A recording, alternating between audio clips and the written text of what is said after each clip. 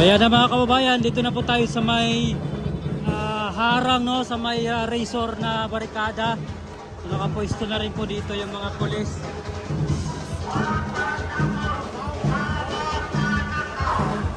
Kaya na yung mga pulis, ready na.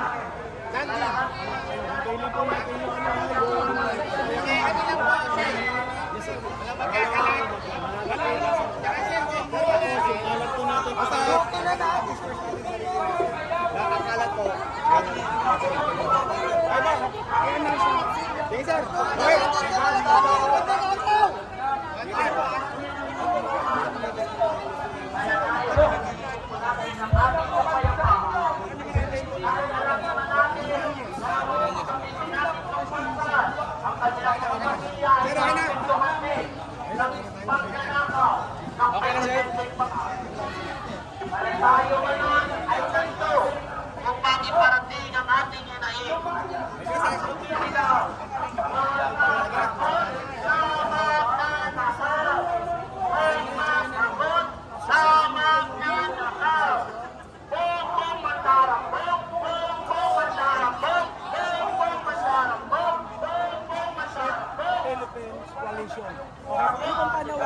Attorney, wala yata yung speaker na yan. Maliwanag naman po na hindi kailangan nag-resign si Duterte.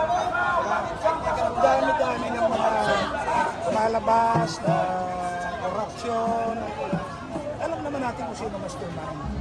So maliwanag ang panawagan namin. Bukod sa karaingan naman ng magawa, dahil Bonifacio din ngayon, karaingan na sa ilingan namin. Mag-resign si PPM, tapos ipatulong lahat ng kasangkot sa korupsyon at ibalik yung pera ng mamamayan. Kanina ang panawagan nila mag-resign both si Pangulong Marcos at si VP Sara Duterte. Bakit po si VP Sara Duterte hindi kasama sa panawagan nila? Magkakaroon tayo ng problema. Diba? Sino ang manangangalaga sa gobyerno natin sapagkat maliwanag naman sa ligang batas. Pag nag-resign ng presidente, constitutional succession, si VP Sara. Pangalawa, bakit mag-resign si Sara? Involved pa siya sa corruption na sinabi ni Pangulong Marcos. Correct. Involved pa siya. Diba? Kung maipakita na involved siya, mananawagan na mag-resign siya. Diba? Klaro lang po yun. Klaro lang po yun. So, sir, may iba mga grupo lang na sinasite nila yung alleged mishandling daw ng confidential funds. Well, alam nyo, lumang issue na po yun eh. Diba? Confidential fund, diba? Dinala na sa impeachment ko. Sa impeachment. Wala na patunayan sapagkat maliwanag naman. Clear si VP Sara sa kuha. So anong confidential fund? 125 million versus how many trillions of pesos ang involved sa corruption na sinasabi mo nila na itong halaga ng Milustay. Di ba? Gano'n po karami sir ngayong araw? Ngayong hapon, gano'n po kayo karami? Well, Ilang grupo? maraming grupo. Dahil kasi alisan na rin sa iwasan. Kami na lang. Mga ilan po kayo kaya ngayon? Masasabi niyo sir? Well, kanina mga 5 hanggang 7,000. Ngayon, medyo maliit na lang. Okay, Nakita naman natin. Okay po, sir, anong pangalan niyo po, sir? Jaime Miralles. Jaime Morales, MIRALLES. double L. So just to clarify, gusto po natin sana yung na-take on ni VP Sara yung presidency. Kapag po nangyari lang. Ako bilang abogado, wala naman tayo. Sino mag-take over? Hindi naman pa pwedeng tagalabas. Diba? Para smooth ang transition. Diba? Kailangan kung anong sinasabi na sa legal.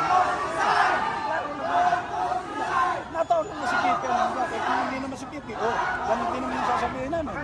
Parang hindi wala ang ating saligang batas. Opinion lang po sana kasi yung ICI po, dito po nagla-livestream. Mga examination. So Opo. ano po masasabi nyo din po doon? ICI. Sir, yan, maliwanag. Na imbis ipakita sa mamamayan kung sino ba talaga ang mga involved sa korupsyon, tinatago ng ICI. Pinagtatakpan yung mga tao na talagang directly involved dito sa sinasabing korupsyon na nagagawin sa Pangulong Marcos. So regarding naman po dun sa nagiging statements din po na nilalabas ng former Representative Zaldi po, sa tingin niyo po ba talaga po yung statements na Well, bilang abogado, di ba ba?